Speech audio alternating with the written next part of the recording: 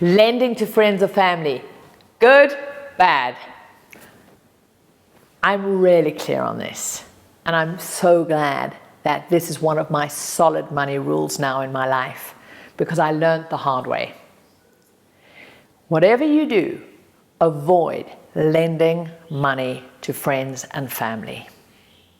And I'm talking about that kind of lending where somebody comes to you and says, hey, can you just lend me a little bit of money here? I'm just not getting by here. Or I've got this business idea. Can I do that? Or, I've got myself into debt. I just need to cover it up. I'll repay you when I get my next paycheck. Maybe it's your kids that keep borrowing from you. And I'm talking about adult kids. We've all had situations where there's somebody in our life who always seems to want to borrow some money. So that's the kind of borrowing that I'm talking about. I'll talk about other kind of borrowing and where you might consider lending. So first rule is just don't do it. Find another way to help if they really are. But my rule now is I do not lend money to friends and family, full stop. Because understand this. As soon as you lend money and somebody borrows from you, you have changed the entire dynamic of that relationship. Irrespective of how you might think you can be unattached and disconnected, the energetic entanglement in that relationship has completely shifted. It just has. So if somebody is truly in a difficult position, if somebody truly is in an edge where if you don't give them some money and they don't access this and you are their only option, they might really end up in a devastating financial hole, then rather consider giving a gift. If you are able to spare that money, give. Truly contributing with no hooks, nothing back, is what real help is about. So if that's a situation and you're feeling pulled to give and to lend to people, consider it as a gift. Don't expect it back. That is a huge, big difference. And if you truly consider that, you'll go, well, does this person really need it or not, and in what circumstances? And give it as a gift with no hooks if you truly want to help out. Then if you are going to lend money, and maybe it is for a startup business or something that you really believe in, understand the fundamentals. The same principle should be if you were going to invest in another business or some startup venture, what are the parameters you want to know?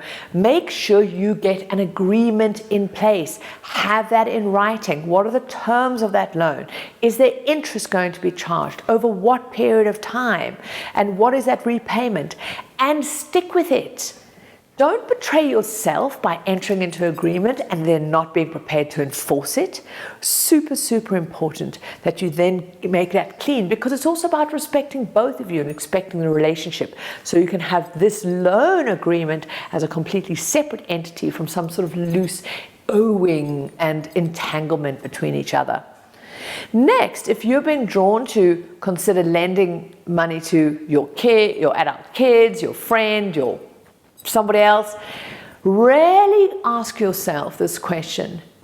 Am I doing this because I want to be liked? Am I doing this because I want to be seen as the hero, as the rescuer, the helper out? Now, it can be really difficult to ask these questions truly honestly, because at some level, all of us have some codependency issues where some of our self-worth can come from other people liking us, not upsetting people. We're afraid of them rejecting us, or there might be a conflict, or they'll be angry. And so where our own worthiness can be interwoven with somebody else's response.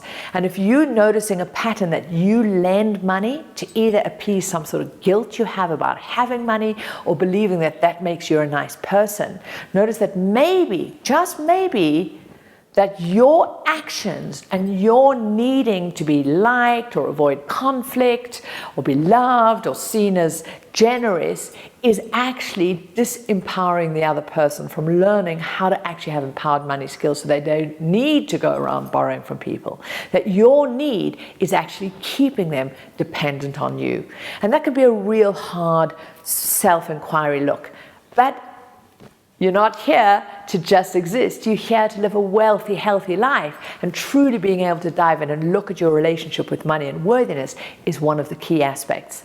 And then if you truly, truly want to help a person who habitually is borrowing money and you see this pattern, instead of giving them money, teach them money skills. Give them a copy of the Wealth Chef book. Tell them to watch some blogs. Sit down and tell them to show you what are they doing with their money. Rather give them skills that they can transform their relationship with money for life instead of one-off quick sort of appeasement that you might feel. You know, that good old saying, you know, teach a person to fish rather than give them that fish is absolutely applicable here. So hopefully that's given you some insight certainly into my beliefs around lending and borrowing from friends and family. Preferably don't even go there. Rather have empowered money conversations and let's teach each other how to be healthy with money through money literacy rather than money codependency in relationships. So I'm Ann Wilson, and if you watch this anywhere then over at thewealthchef.com, head on over there, and I'd love to know, if you're brave enough, and I know you are, in the comments below, where perhaps you have lent money or borrowed in the past and there's been some kind of funky codependency thing going on when you look at it in hindsight, and maybe share with us a bit about what's gone on and what you've learned from it as a result. So remember, creating a great relationship with money is how you get money working for you, serving you, so you can get on and live your greatest, most empowered life. Keep taking it step by step, and remember to have loads of fun.